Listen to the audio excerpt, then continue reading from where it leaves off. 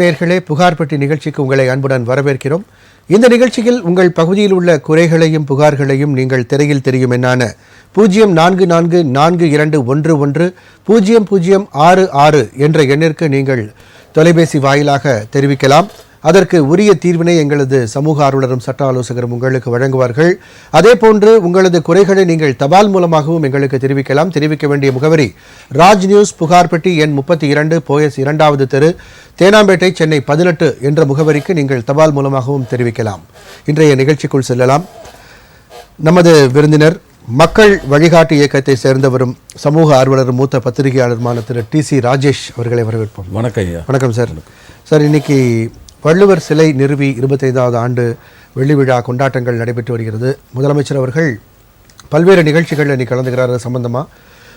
சொல்லுங்கள் சார், அதை பற்றின ஒரு விவரங்களை நீங்கள் சொல்லுங்கள். உள்ளார்ந்தபடியே தமிழ்நாடு அரசுக்கு, குறிப்பாக முன்னாள் முதலமைச்சர் டாக்டர் கலைஞர் பெருமானுக்கு நன்றி தெரிவிக்கிறேன். புகார் பெட்டி நிகழ்ச்சி சார்பில், மக்கள் வழிகாட்டு இயக்கத்தின் சார்பில். காரணம் என்னவென்றால், ஐயன் திருவள்ளுவரை தூக்கி பிடிப்பதற்கு இந்த திமுக அரசு தான் ஒரு முக்கிய அடிநாதமாக இருந்தது. அந்த அடிப்படையில் ஏற்கனவே அங்கே ஒரு விவேகானந்தர் சிலை மட்டும் தான் இருந்தது. அந்த சிலையை பார்ப்பதற்கு மட்டும்தான் அந்த கடலுக்கு, ஏன்னு கேட்டால் அது முக்கடல் சம்பவிக்கும் ஒரு இடம், முக்கியமான இடம்.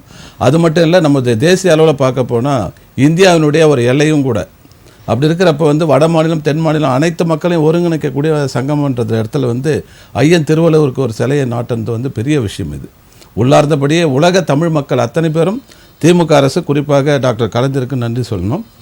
அது ஆரம்பித்து இன்றைக்கி 25 ஆண்டுகள் நிறைவு பெற்றதை முன்னிட்டு என்ன ஆச்சுன்னு கேட்டிங்கன்னா, இப்போ அந்த சுவாமி விவேகானந்தர் சிலைக்கும் அதே போல் ஐயன் திருவள்ளுவருக்கும் ஒரு பாலம் அதுக்கு முன்னாடி படகுல தான் போயிட்டு இருக்கணும். இப்போ அது ஃபைபர் ஆப்டிகல்ஸில் இப்போ பாலம் அமைச்சிருக்காங்க. மாண்புமிகு தமிழ்நாடு முதலமைச்சர் அதை நேற்று திறந்து வச்சுருக்காரு. இன்றைக்கி அதை சார்ந்த நிகழ்ச்சியெல்லாம் நடக்குது. உள்ளார்ந்தபடியே மீண்டும் புகார் பெட்டி நிகழ்ச்சியின் சார்பாக தமிழ்நாடு அரசுக்கும் மாண்புமிகு தமிழ்நாடு முதலமைச்சருக்கும் நன்றியை தெரிவித்துக் கொள்கிறோம். ஐயன் திருவள்ளுவருடைய பணிகளை ஆக்கப்பூர்வமாக தூக்கி பிடிக்கக்கூடிய கழக ஆட்சிகள் இத்தனை ஆண்டுகள் ஆனாலும் கூட இதில் இந்த பார்ஷாலிட்டி பார்க்கக்கூடிய ஒரு நிலை இருக்குது. இந்த ஆட்சி வந்தால், திமுக அரசாங்கம் வந்தால் ஐயன் திருவள்ளுவரை தூக்கி பிடிப்பதும் வள்ளுவர் கோட்டத்தை புனரமைப்பதும் சிலையை புனரமைப்பதுமாக இருக்கும். அதுக்கு ஆப்போசிட்டாக வரக்கூடிய அதிமுக அரசாங்கம் அதை ஒதுக்கி விடுவதுமாக இருக்கிறது. இது ஒரே காரணத்துக்காக. ஓகே சார், இப்போது இதோட விஷயங்கள்லாம் இருக்குது நிறைய. ஒரு நேயர் இருக்காங்க, அவங்க பார்த்துட்டு நம்ம அடுத்த டாபிக் போகலாம். வணக்கம், புகார் பெட்டி. யார் எங்கேருந்து அழைக்கிறீங்க? சார் வணக்கம் சார், நான் நாமக்கல் மாவட்டத்தில் சார். உங்கள் பேர் சார்? பாலசுப்ரமணியன். சொல்லுங்கள் சார், உங்கள் புகார் சொல்லுங்கள். பாலசுப்ரமணியன் சார். சார் 2019 2023 வரைக்கும் ட்ரீட்மெண்ட் பார்த்தோம் சார். ஒரு கவர்மெண்ட் டாக்டர் ட்ரீட்மெண்ட் பார்த்தாங்க. அவங்க தனியா கிளினிக் வச்சிருக்கிற டாக்டர்கிட்ட தான் நாங்கள் ட்ரீட்மெண்ட்டே பார்த்தோம். அவங்க ட்ரீட்மெண்ட் பார்த்துட்டு 2023 இன்னுமே எங்களால எதுவும் பண்ண முடியாதுன்னு சொல்லி எங்களுக்கு எந்தனுடைய சரியான பதிலும் கொடுக்காம. இல்லை, நீங்க ஏற்கனவே நம்ம அழைச்சிருக்கீங்க இல்லையா, அந்த குழந்தைகளுக்காக தானே பண்ணியிருந்தீங்க இல்லையா ட்ரீட்மெண்ட்? ஆமா ஆமாங்க ஆமாங்க, ஏற்கனவே அழைச்சிருக்கீங்க. நானே அந்த 2 டைம் அட்டென்ட் பண்ணியிருக்கேன்னு நினைக்கிறேன். சரி, சொல்லுங்க சார், சொல்லுங்க. இப்ப என்னன்னு கேட்டீங்கன்னா, அவங்க தவறான சிகிச்சை கொடுத்ததாக சொல்லி TMSல எனக்கு பதில் கொடுத்துட்டாங்க. சரி, இப்ப TMSல அந்த பதில் கொடுத்ததுல 2019 23 வரைக்கும் தவறான சிகிச்சை தான் கொடுத்துருக்காங்கன்னு சொல்லி அவங்க மேல நடவடிக்கை எடுக்காம இப்ப 2 மாசமா இழுத்துக்கிட்டு இருக்கிறாங்க. சரி, ஓகே. தோழர் பாலசுப்ரமணியம், உங்களுடைய விஷயம் நீங்க காலில் வந்ததுமே நான் சொன்னேன், நம்ம நெறியாளருக்கு ஏற்கனவே பழைய விஷயங்கள் தான் அப்படின்னு. இருந்தாலும் இப்போ நீங்க புதுசா ஒரு கருத்தை சொல்றீங்க. அதுல என்னன்னு கேட்டா, டைரக்டர் ஆஃப் பப்ளிக் ஹெல்த், அதாவது இயக்குனர் பொது சுகாதாரத்துறை இயக்ககம், அவங்க DMSல இருக்காங்க. அவங்க தான் உங்களுக்கு பதில் கொடுத்துருக்காங்க சொல்றீங்க. அப்படி இருந்தா அதுக்கப்புறம் இப்ப மெடிக்கல் கவுன்சில்ல இருந்து எனக்கு தகவல் வந்திருக்குதுங்க சார். சரி பாலசுப்ரமணியன், இந்த நிகழ்ச்சி முடிஞ்ச பிறகு நாங்கள் கொடுக்கக்கூடிய வாட்ஸ்அப் நம்பருக்கு அந்த லெட்டர்லாம் கொஞ்சம் அனுப்புங்க. ஃபர்தரா இது வழக்கு சார்ந்த நிலையில என்ன எடுக்கலாம், இல்லை துறை சார்ந்த நிலையிலும் சட்டம் சார்ந்த நிலையிலும் என்ன மாதிரி அதை கொண்டுட்டு போகலான்றதை நான் உங்களுக்கு சொல்றேன். சரியா சார்? ஒரே ஒரு விஷயம் சொல்லிடலாமா சார்? சொல்லுங்க பாலசுப்ரமணியன். இப்ப உங்க டிவியில விளம்பரம், இது ஏற்கனவே உங்க வக்கீல் ஒருத்தர் நம்பர் எங்க கிட்ட கொடுத்தாங்க, ராஜ் டிவியில இருந்து. சரி, அவர் பேரு நேத்து பேசினாருங்க சார், மணி கங்காதரன் நினைக்கிறேன் சார் அவர் பேரு. சரி சார். அவர் இது எல்லா ஆதாரமும் அவர் கையில கொடுத்துட்டேன். சரி, ஆதாரம் கொடுத்து முடிஞ்ச உடனே இப்போ ஒரு 2 மாச காலமா அவர் என்னுடைய போனை பிளாக் லிஸ்ட்ல போட்டு வச்சிருக்கிறாரு. சரி, ஓகே. சரி கங்காதரன், நீங்கள் அது நம்ம குறையாக எடுத்துக்க முடியாது. நான் நிகழ்ச்சி முடிஞ்ச பிறகு உங்களாண்ட இதை கொஞ்சம் தெளிவாக விரிவாக பேசுகிறேன். சரி, நம்ம சட்ட ரீதியாக துறை ரீதியாக கண்டிப்பாக நடவடிக்கை எடுக்கலாம். நீங்கள் கவலைப்பட வேண்டாம், தைரியமாக இருங்க. சரிங்க சார். நன்றி சார். ஓகே, நன்றி சார். அதாவது நம்ம அரசை இது பற்றி பார்த்தோம். இருந்தாலும் அவர் அரசுடைய திட்டங்கள் மக்கள் நலனுக்காக தான் கொண்டு வரப்படுது, அதில் எந்த மாற்று கருத்தும் இல்லை. கண்டிப்பாக. ஆனால் திட்டங்கள் செயல்படுத்துகிற விதங்களில் தான் சில இடங்கள் அதிகாரிகள் மட்டத்திலேயோ இல்லை வேறு ஏதாவது மட்டத்திலேயோ அது ப்ராப்ளம் ஆகுது. மக்களை சென்றடைவதில், கடைக்கோடி மக்களையும் சென்றடைவதில் கொஞ்சம் சிக்கல்கள் இருக்குது. இது எதனால் ஏற்படுது? எல்லா திட்டங்களும் மக்களை சென்று அடைகிறதா உங்களுடைய பார்வையில் சார்? அதாவது அரசு திட்டங்கள், நலவாழ்வு திட்டங்கள் எல்லாம் பேர் திட்டங்களை அறிவிக்கிறப்ப, சட்டமன்றத்தில் தெரிவிக்கிறப்போ 110 விதியின் கீழே மாண்புமிகு முதலமைச்சர் அறிவிக்கிறப்போ உள்ளார்ந்தபடியே சந்தோஷப்படக்கூடிய, மகிழ்ச்சி அடையக்கூடிய சாமானிய மக்களில் நான் நம்பர் 1. காரணம் என்னென்னா, இந்த திட்டம் அறிவிச்சிருக்காங்க, மக்கள் எல்லாம் செழுமையாயிடுவாங்க, வளர்ச்சி அடைவாங்க, பொருளாதார மேம்பாடு அடைவாங்க அப்படின்றது மாதிரி. தமிழ்நாடு எல்லாத்துலேயும் முன்னணியில் இருக்குது. சிறப்பான திட்டங்கள் எல்லாம் முன்னணிக்குது அப்படின்னு சொல்லிட்டு அவங்க சொல்கிறாங்க, ஆட்சியாளர்கள் சொல்கிறாங்க. அதே போல் பார்த்திங்கன்னா, தொடர்ச்சியான வறுமை ஒழிப்பு திட்டத்தால் தமிழ்நாட்டில் வறுமையை ஒழிந்து விட்டது. அதுக்கு உதாரணமாக பீகாரை பாருங்கள், ஒரிசாவை பாருங்கள், சிக்கிமை பாருங்கள், அப்படின்ற மாதிரி புள்ளி விவரங்கள் தராங்க. அது மட்டும் இல்லை, பெண் கல்வி தமிழ்நாட்டில் அதிகமாகிடுச்சுன்னு சொல்கிறாங்க. அது உள்ளார்ந்தபடியே வரவேற்க வேண்டியதுதான். இப்போ பிஹெச்டியை கடந்த இதில் அகாடமியில் 15,410 பெண்கள் பிஹெச்டி போயிருக்காங்க. இதெல்லாம் வரவேற்க வேண்டியது தான். ஆனால் அதே சமயத்தில் தமிழ்நாட்டில் விவசாயம் உயர்ந்துள்ளது. 23-24 155 ஏக்கர் விவசாயம் நாங்கள் சாகுபடியில் முன்னணியில் வந்துட்டோம் அப்படின்னு சொல்கிறாங்க. ஆனால் விவசாயிகளுடைய குறையை பார்த்தோம்னா, நம்முடைய தோழர் தமிழ்ச்செல்வம் ஒவ்வொரு முறையும் சொல்கிறார், விவசாயிகளுடைய குறைகளை அது இன்னமும் தீர்க்கப்படலை. பாதிக்கப்பட்ட பேரிடர் மேலாண்மையில் அழிந்து போன அந்த விவசாயிகளுக்கு இன்னமும் நிவாரணம் போய் சேரலை. ஒரு திட்டம் போடுறாங்கன்னா அந்த திட்டத்தை முழுமையாக சென்றடைவதற்கான வழிவகைகளை வைக்கக்கூடிய அரசு இயந்திரம் மெத்தரை காட்டக்கூடாது, சுணக்கம் காட்டக்கூடாது, திறனற்ற நிலையில் இருக்கக்கூடாது. அப்படி இருந்துச்சுன்னா அந்த திட்டம் ஃபெயிலியர் ஆகுமா, சக்ஸஸ் ஆகுமா அப்படின்றத பார்க்குறப்போ அதுக்கான இது ஆட்சியாளர்கள் கவனிக்க வேண்டும். அங்கே இருக்கக்கூடிய சுதந்திரம் வாங்கி 76 ஆண்டுகள் ஆகியும் இன்னும் மின் இணைப்பு இல்லாத கிராமங்கள் இருக்குது, இன்னும் சாலை வசதி இல்லாத கிராமங்கள் இருக்குது. ஆக மொத்தத்தில் இந்த 76 ஆண்டுகளில் ஒரு 15 முறை அவங்க ஓட்டு போட்டிருக்காங்க. எம்எல்ஏ எலெக்ஷன் சந்திச்சிருக்காங்க, எம்பி எலெக்ஷன் சந்திச்சிருக்காங்க, சேர்மன் போட்டிருக்காங்க, பஞ்சாயத்து தலைவர் போட்டிருக்காங்க. இப்படி போட்டிருந்தாலும் கூட சொல்லும்போதுதான் இன்னைக்கு என்ன நிகழ்வுகள் புதுசாக இருக்குன்னு பார்க்கும்பொழுது, நடந்திருக்குன்னு பார்க்கும்பொழுது, 1879ஆம் ஆண்டு ஒளிரும் வெள்ளொளி அப்படின்ற விளக்கை இன்னைக்கு தாமஸ் ஆல்வா எடிசன் கண்டுபிடிச்சிருக்காருன்னு அப்போவே கண்டுபிடிச்சாங்க. இன்னைக்கு வரைக்கும் நிறைய இடங்களில் மின்சாரமே போய் சேரலைன்னு சொல்கிறீங்க. விரிவாக பேசலாம். ஒரு நேயர் இணைப்பில் இருக்காங்க. வணக்கம், புகார் பெட்டி. யார் எங்கேருந்து அழைக்கிறீங்க? சார் வணக்கம் சார், திருப்பூர்லேருந்து குமார் பேசுகிறேங்க. குமார் சார், உங்களுடைய புகார் சொல்லுங்கள். என்னோட புகார் பாத்தீங்கன்னா, இப்ப நடுத்தர மக்களும் யாருமே இடம் வாங்க முடியலைங்க, விற்க முடியல. சொல்லுங்க. ஒரு இடம், ஒரு 10 லட்ச ரூபா ஒரு இடம் வாங்கணும்னாக்க வாங்க முடியலன்னு சொல்றீங்களா? இல்ல வாங்க முடியலன்னு இல்லைங்க. ஒரு 10 லட்சம் வச்சுக்கிட்டு நம்ம இடம் வாங்கணும்னு பாத்தீங்கன்னா, சரி, அந்த இடம் நம்ம பாத்துக்கிட்டு நெருங்கும் போது பாத்தீங்கன்னா 12ஆம் மாறுது, 15ஆம் மாறுது. அந்த புரோக்கருங்க அந்த மாதிரி பண்றாங்க. நம்ம பத்திர பதிவுன்னு ஒண்ணு இருக்கிற மாதிரி இடம் வாங்கி விற்கிற மாதிரி ஒரு இது கொண்டாடுறாங்க. இல்லை, அதான் இருக்கு, ஆல்ரெடி கொண்டு வந்திருக்காங்க இல்லையா? இப்போ எல்லாமே ரெரா அதுக்கான ஒழுங்குமுறை ஆணையம் பண்ணியிருக்காங்க. ரெரா கம்ப்ளீட்டாக எல்லாமே ரியல் எஸ்டேட்டோட கம்ப்ளீட் கண்ட்ரோலும் அவங்க பார்க்குறாங்க. ட்ராய் மாதிரி, செபி மாதிரி ரெரான்னு ஒன்று வந்திருக்கு இப்போ. இல்லைங்க சார், இப்போ என்னன்னு கேட்டீங்கன்னா, ஒரு 6 லட்சம் ஒரு இடம் இருக்குன்னு பாத்தீங்கன்னா, அவங்க கிட்ட அவங்க பேசுறாங்க, புரோக்கர் பேசுறாங்க, நான் உங்களுக்கு 8 லட்சத்துக்கு நான் 6 லட்சம் உங்களுக்கு கையில கொடுத்துறேன், 8 லட்சம் நான் பேசிக்கிறேன் அப்படிங்கிற மாதிரி போயிட்டு இருக்கு. இப்ப இல்லை குமார், நீங்கள் இதுக்கு அதுக்காக தான் மாவட்ட பதிவாளர்னு இருக்காங்க. திருப்பூர்லேயே இந்த நம்ம பெருமாள் நல்லூர் போகிற வழியில் இருக்குது. திருப்பூருக்கு பதிவுத்துறைக்கு மாவட்ட பதிவாளர் நிர்வாகம்னு ஒருத்தர் இருக்கார். அதே போல் சார் பதிவாளர் இருக்கார். நீங்கள் ஒரு இடத்த வாங்குறதுக்கு முன்னாடி அந்த நிலத்தினுடைய கைடன்ஸ் வேல்யூன்னு சொல்லுவாங்க, நில மதிப்பு எவ்வளோன்றதை நிர்ணயம் பண்ணுறது அரசாங்கம் கைட்லைன்ஸ் வேல்யூ. அது அங்கே சார் பதிவாளர் அலுவலகத்தில், மாவட்ட பதிவாளர் அலுவலகத்தில் நீங்கள் போய் கேட்டிங்கன்னாவே தெரியும். அதன் பிறகு உண்மை தன்மையை பார்த்துட்டு மார்க்கெட் வேல்யூன்றது வேற, இது பிசினஸ். அதாவது ஒரு நிலத்தை விற்கிறவங்க வாங்குறோம்னு சொல்றப்போ கைடன்ஸ் வேல்யூ மட்டும் நிர்ணயம் பண்ண மாட்டாங்க. அப்போ நீங்க உண்மை தன்மை தெரிஞ்சீங்கன்னா நீங்க சொல்லலாம், எங்க கைடன்ஸ் வேல்யூ 10 ரூபாய் தான் போகுது சென்ட்டுக்கு, நீங்க நாங்க 15 ரூபாய் கேட்குறீங்க, பார்த்து சொல்லுங்க அப்படின்னு சொல்ற மாதிரி அது பார்கெயின் பண்றது. அது பிசினஸ் வியாபார ரீதி இருக்கும். நீங்க பப்ளிக் ஒரு அவேர்னஸ் தெளிவு ஏற்படணும்னு நீங்க அந்த சார் பதிவாளர், மாவட்ட பதிவாளர் அலுவலகத்தை அணுகிறது நல்லது. சரி சார், ரொம்ப நன்றி. நன்றி நன்றி. Okay sir. இன்னும் ஜென்யூனான கம்பெனிஸ் நிறைய இருக்குது சார் ரியல் எஸ்டேட்லேயுமே கூட. இவங்க அணுகக்கூடிய நபர்களை பொறுத்தும் அந்த மாதிரியான பிரச்சனைகள் வர இருக்கு. கண்டிப்பா நம்ம அரங்கிற்கு வந்திருக்கும் அகில இந்திய சட்ட விழிப்புணர்வு இயக்கத்தை சேர்ந்தவரும் சட்ட ஆலோசகருமான திரு கரு ஜெயக்கண்ணன் அவர்களை வரவேற்போம். வணக்கம் சார். வணக்கம் சார். நம்ம வந்து நேருக்கு முன்னாடி பேசிட்டு இருந்தோம், இந்த மின் விளக்குகள் நிறைய இடங்கள் ரீச் ஆகும், பொதுவாக வந்து பண்ணக்கூடிய அந்த மக்களுக்கு திட்டங்கள் மக்களை சென்றடைதா? உதாரணத்துக்கு ஒரே ஒரு உதாரணம் சொல்றேன் சார். கடந்த ஞாயிறு திங்கள் 2 நாள் வந்து நான் செங்கல்பட்டு மாவட்டத்தில் பயணித்தேன்.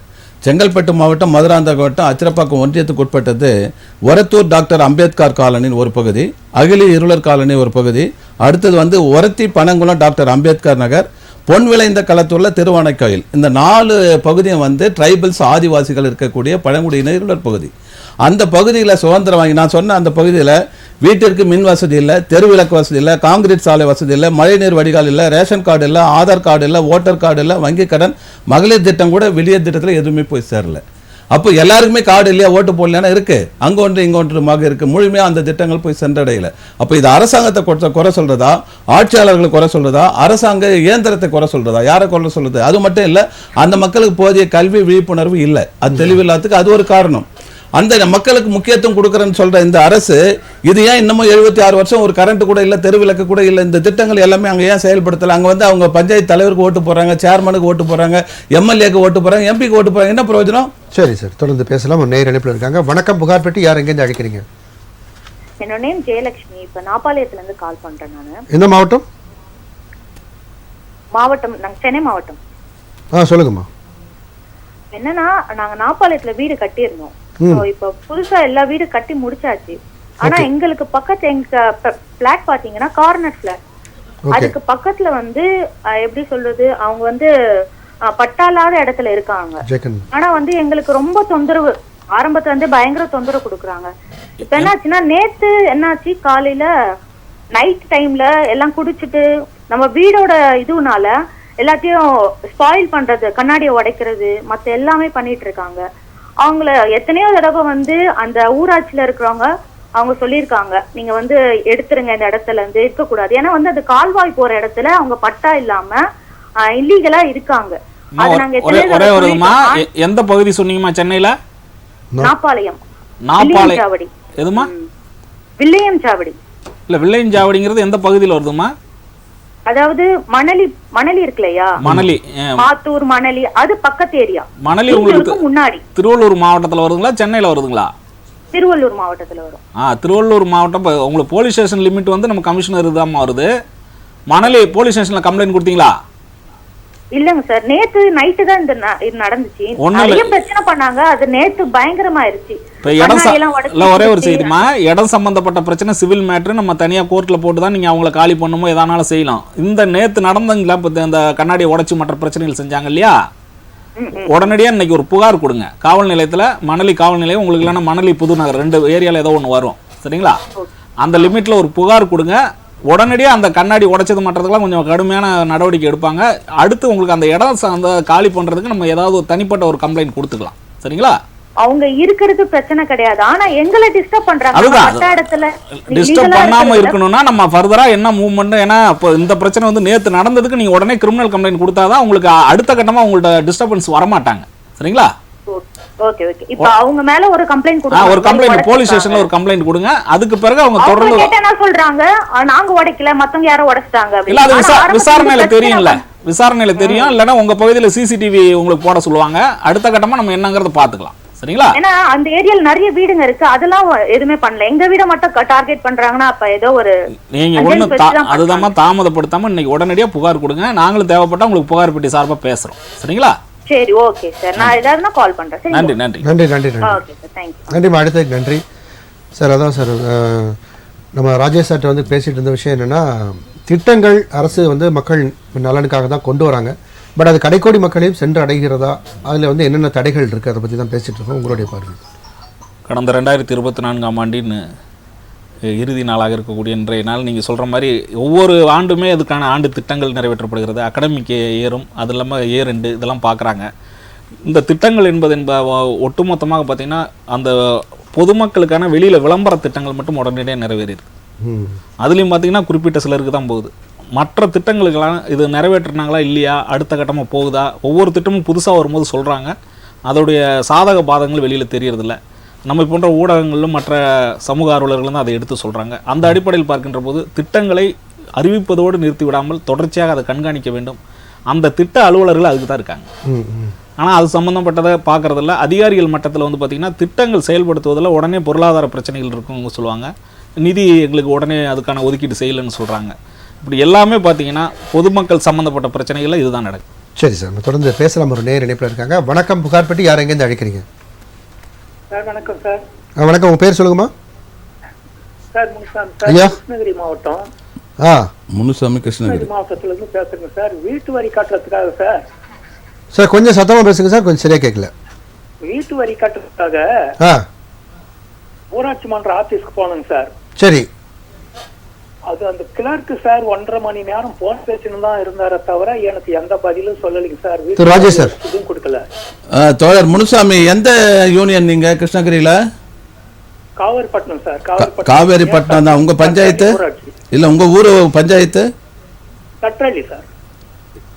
சரி, என்ன சொல்றாருங்க? அவர் போட மாட்டேன்றாரா இல்ல அவர் போன் பேசுறது தான் உங்களுக்கு வருத்தமா? ஆமா சார், 1.5 மணி நேரம் வெயிட் பண்ணேன்.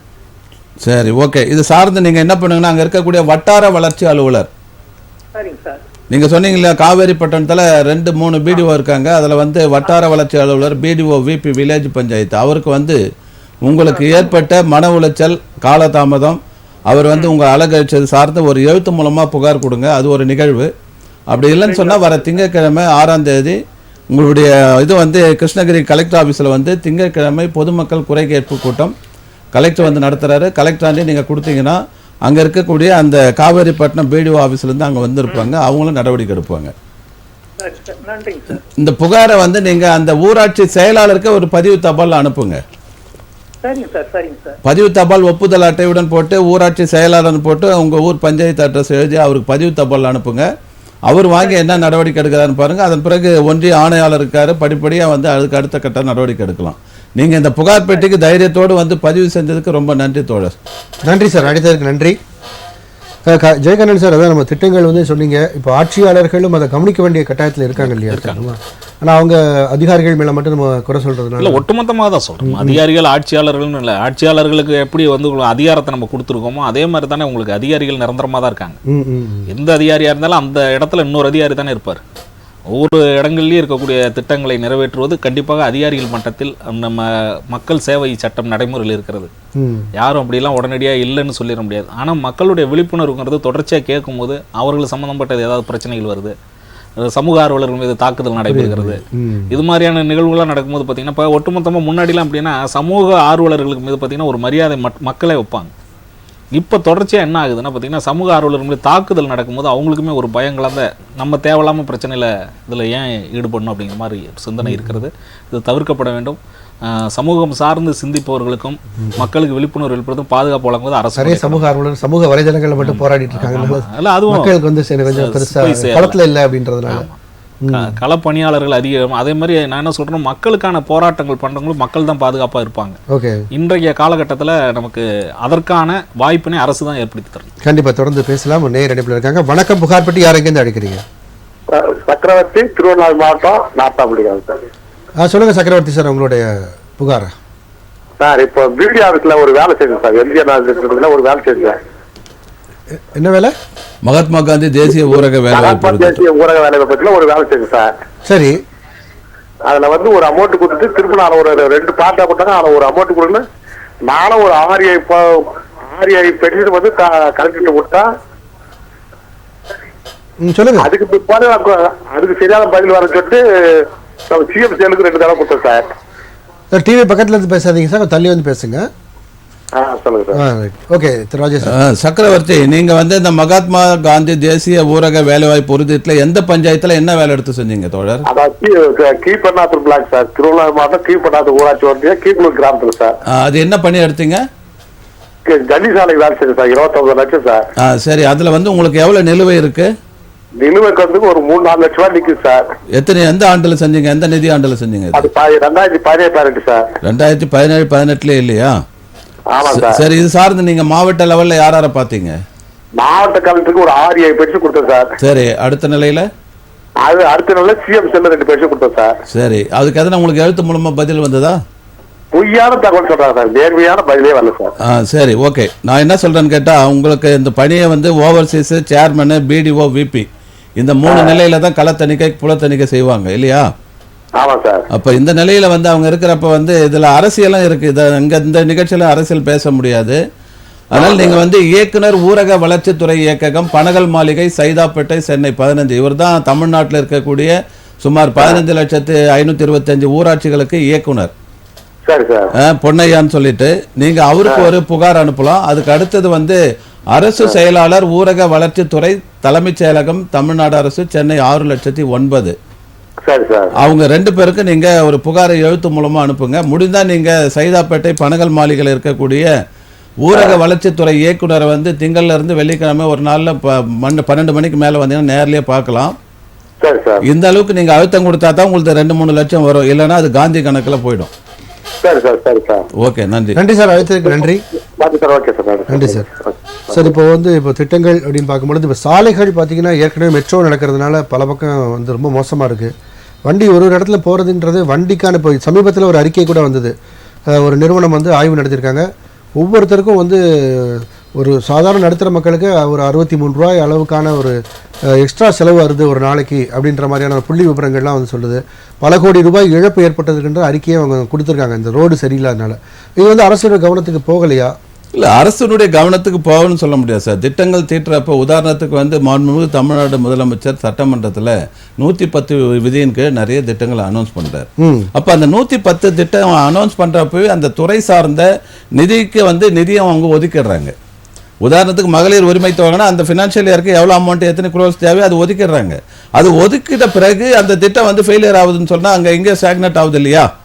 அங்க எங்கேயோ வந்து தடுக்கல் எது அப்படின்ற மாதிரி இருக்கு.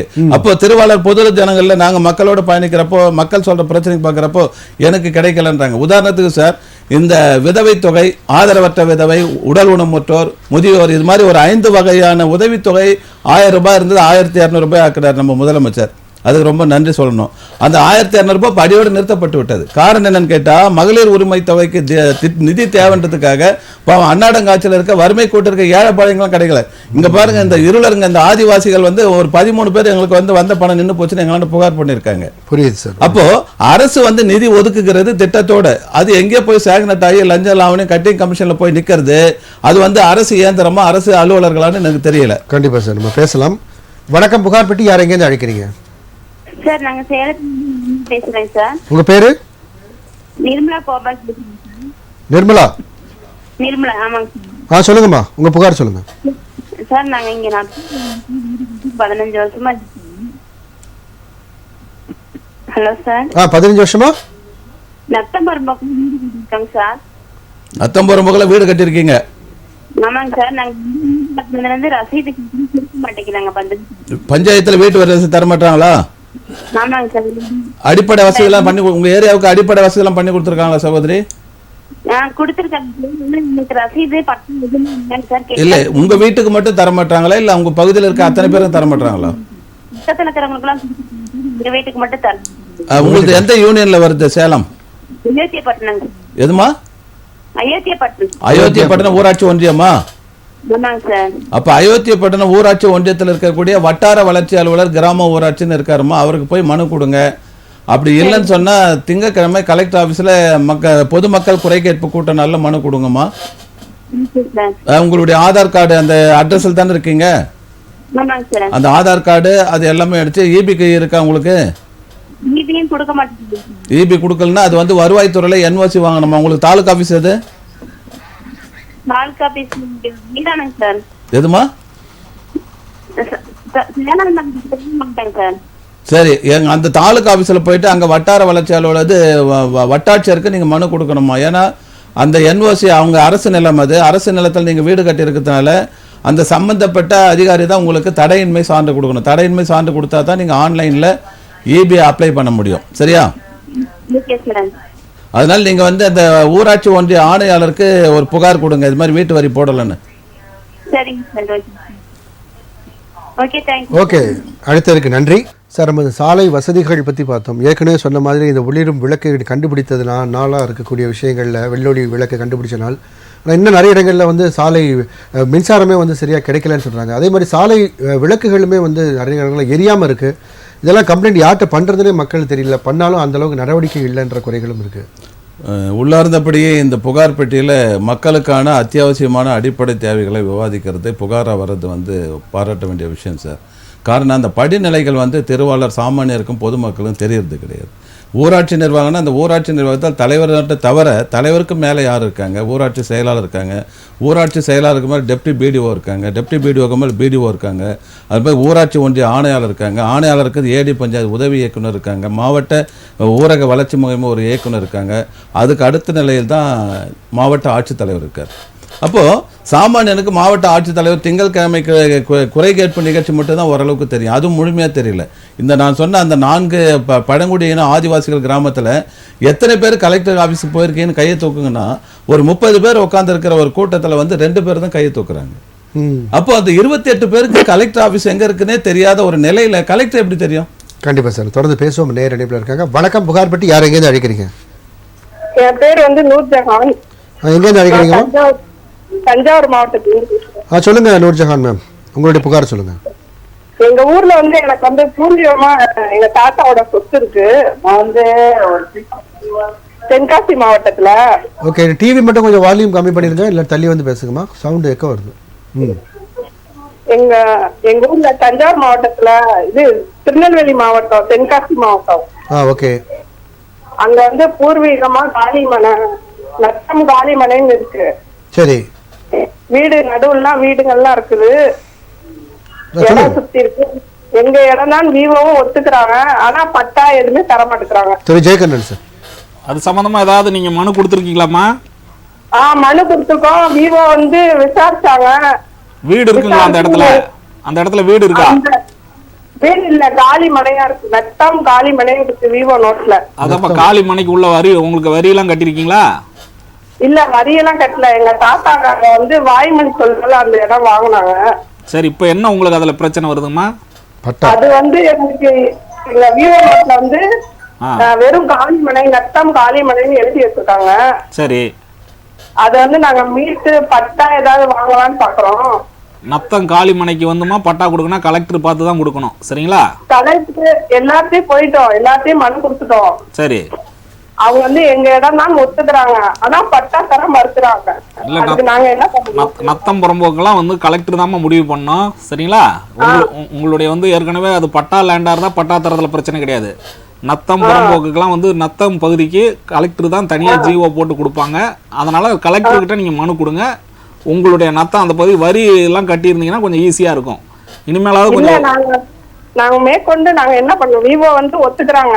விவோ ஒத்துக்கிறாங்க. அதான் கலெக்டர் இடம் உங்களுக்கு ஒத்துக்கிட்டாலும் கூட அது பட்டா தரது கலெக்டர் தான் டிசைட் பண்ணி கொடுக்கலாமா வேணாமான்ற. உங்க இடங்கிறதுல ஒன்றும் பிரச்சனை இல்லை. உங்க இடத்துக்கு நீங்க பட்டா வாங்கணும்னா கலெக்டர் தானே அதற்கான அனுமதி கொடுக்கணும். சாதாரணமா கலெக்டருக்கு மனு கொடுத்துட்டோம். கலெக்டர் வந்து அவங்க விவோக்கு தான் அனுப்புறாங்க. அதான் அந்த விசாரணையில உங்களுக்கான வரி என்னங்கறத ஃபிக்ஸ் பண்ணி சொல்லுவாங்க. உங்களுக்கு நத்தத்துக்கு பட்டா கொடுக்கணும்னா கலெக்டர் தனியா உத்தரவு கொடுப்பாரு. சரிங்களா? தொடர்ச்சியா மூவ் பண்ணிட்டு இருங்க. சரி, நான் அந்த சிஎம் ஹெல்ப் லைன் இருக்குல்ல, அதுலயும் கொடுத்துருக்கேன், மனு கொடுத்தேன். சரிம்மா. அதுலயும் வந்து அவங்க வந்து பத்திரம் கேட்கறாங்க. பத்திரம் இல்லாதனால நம்ம பட்டா கேட்கறோம். அததாம்மா, உங்களுக்கு பத்திரம் இல்லைங்கிறதுனால உங்க பூர்வீக சொத்து, அதுக்குதான் வரி கட்டி இருந்தீங்கன்னா தான் நீங்க அந்த இடத்துக்குள்ள உரிமையாளர். இப்ப அது விவோ சொல்றாருல, விவோ கிட்ட அதுக்கான முதல்ல பணம் கட்டி வரி இது வாங்குங்க. ஆமா, அதுதான் செட்டா ஏதோ போட சொல்றாங்க. அந்த மாதிரி தான் தருவேன்னு சொல்றாங்க. நம்ம எல்லாமே தெரியுது, அப்புறம் என்ன பண்ணலாம்னு கேட்டா எப்படிமா? உங்களுக்கே தெரியுது, ஒரு விவோ கேக்குறாரு இல்லையா, அந்த சிட்டா பட்டா. நான் வந்து வேற சிட்டு போடாம எங்கிட்ட வசதி இல்ல. நான் வந்து தஞ்சாவூர்ல வேற இருக்காங்கன்னாங்க, தென்காசியில இடம் இருக்கு. இல்லம்மா, அதாவது நூர்ஜஹான் மேடம், நீங்க வந்து அதாவது பட்டா கேக்குறீங்கன்னா வீட்டு மனை பட்டான்னு பேர். அதுக்கு வீட்டு மனை பட்டானா அரசாங்கத்தினுடைய நிலம். அது வந்து நத்தம். அந்த காலி இடத்துக்கு வந்து பட்டா தரமாட்டாங்க. வீடு கட்டியிருந்தா, ஷெட்டு போட்டு இருந்தா, கொட்டா கட்டியிருந்தா, அதுல குடியிருப்பு இருந்தா தான் வந்து வீட்டு வரியும் போட முடியும். வீட்டு வரி போட்டு இருந்தா தான் நீங்க அங்க குடியிருக்கீங்க. அதுக்கு பட்டா கேட்கறதுக்கு உங்களுக்கு உரிமை இருக்கு. இப்ப காலி மனை உங்க பேர்ல இருக்கிறது இன்னும் கொஞ்சம் போச்சுன்னா அனாதீனன்னு மாத்திடுவாங்க. அனாதீனன்னு மாத்திட்டா நீங்க ஒண்ணும் பண்ண முடியாது. எந்த கோர்ட்டுக்கு போய் ஒண்ணும் பண்ண முடியாது. நாங்க என்ன தெரியுமா சொல்லி மனு போட்டோம், எங்க கிட்ட எந்த வசதி இல்ல, நாங்க ஊருக்கு போற மாதிரி அந்த இடத்துல போய் இந்த சிஎம் இதுக்கு வீடு கட்டி கொடுக்குறாங்கல்ல. இல்லம்மா, அதுக்கு பட்டா இருந்தா தாமா சிஎம் முதலமைச்சருடைய அதாவது வந்து அந்த திட்டத்துல வீடு கிடைக்கும், பாரத பிரதமர் வீடு கட்டும், கலைஞர் பசுமை வீடுகள் கட்டும், கலைஞர் கனவு இல்லத்துல கிடைக்கும், எல்லாத்துக்குமே பட்டா இருந்தா தான் கொடுப்பாங்க. சரி, ஓகேம்மா. ஆமா, நீங்க முதல்ல வீடு கட்டுங்க, ஷெட்டு போடுங்க, அதன் பிறகு பட்டா கேளுங்க, பட்டா வாங்கின பிறகு இந்த திட்டத்துல கேளுங்க. நன்றி, நன்றிம்மா. அதனால கேட்டோம். நன்றிம்மா, நன்றிம்மா. அடுத்த நன்றி. அதான் அப்ப இந்த அடிப்படை தேவைகளை நிறைவேற்றி தருவது அந்த அரசாங்கத்தை உள்ளாட்சி அமைப்புகள், பேரூராட்சி, நகராட்சி, மாநகராட்சி, பெருநகர மாநகர் இந்த செட்டப்ல தான் வந்து இருக்குங்க. அப்ப இந்த டெவலப்மெண்ட் ஒர்க் எல்லாமே செய்யறதுக்காக தான் என்னென்ன வந்து வரி வசூலிக்குது. நான் வந்து கிராமத்தில் இருக்கிறேன்னா ஒரு குடிசை வீட்டுக்குன்னா குடிசை வீட்டுக்கு 6 மாசத்துக்கு வரி வசூல் அந்த ஊராட்சி நிர்வாகம். நூலகத்துக்கு முதற்கொண்டு நான் வரி செலுத்துறேன், செஸ் டாக்ஸ். அப்படி இருக்கிறப்போ என்னுடைய வரிப்பணத்தை வாங்கிட்டு எனக்கு தேவையான அடிப்படை செஞ்சு கொடுக்கக்கூடியது கடமை வந்து அந்த ஆட்சியாளருக்கு, அந்த அரசாங்கத்துக்கு இருக்கிறப்போ அவங்க வந்து போற போக்கில் தட்டி கழிச்சுட்டு போகக்கூடாது. அதே போல டிரான்ஸ்பரன்சின்னு சொல்றாங்க, நாங்கள் வெளிப்படைத்தன்மையா இருக்கோம், அது மக்களுக்கான ஆட்சி, மக்களுக்கு நாங்கள் சொல்றது தான் செய்வோம், செய்வது தான் சொல்றோம்னு சொல்றாங்க. அதெல்லாம் கேட்கறதுக்கு காதுக்கு இனிமையா இருக்கு, தேன் ஊற்றுற மாதிரி இருக்கு. ஆனா இங்க இருக்கக்கூடிய ஒரு தெரு விளக்கு இல்லைன்னு சொன்னா அந்த ஊராட்சி நிர்வாகம் என்ன செய்து கொண்டிருக்கிறது, அங்க இருக்கக்கூடிய வட்டார ஒன்றியம் என்ன பண்ணிட்டு இருக்காங்க, அங்க இருக்கக்கூடிய ஆட்சியாளர்கள் தேர்ந்தெடுக்கப்பட்ட சேர்மன் என்ன பண்ணிட்டு இருக்காரு, இதுல வந்து 50 லட்சம் ரூபாயில வந்து தார் சாலை போடப்பட்டு ஒரு போர்டு வைக்கிறாங்க. அந்த போர்டு வச்சு தார் சாலை போட்டு 6 மாசத்துல பிச்சு எடுத்துட்டு போறாங்க, சுற்றி சுற்றி கட்டுறாங்க சோசியல் மீடியால.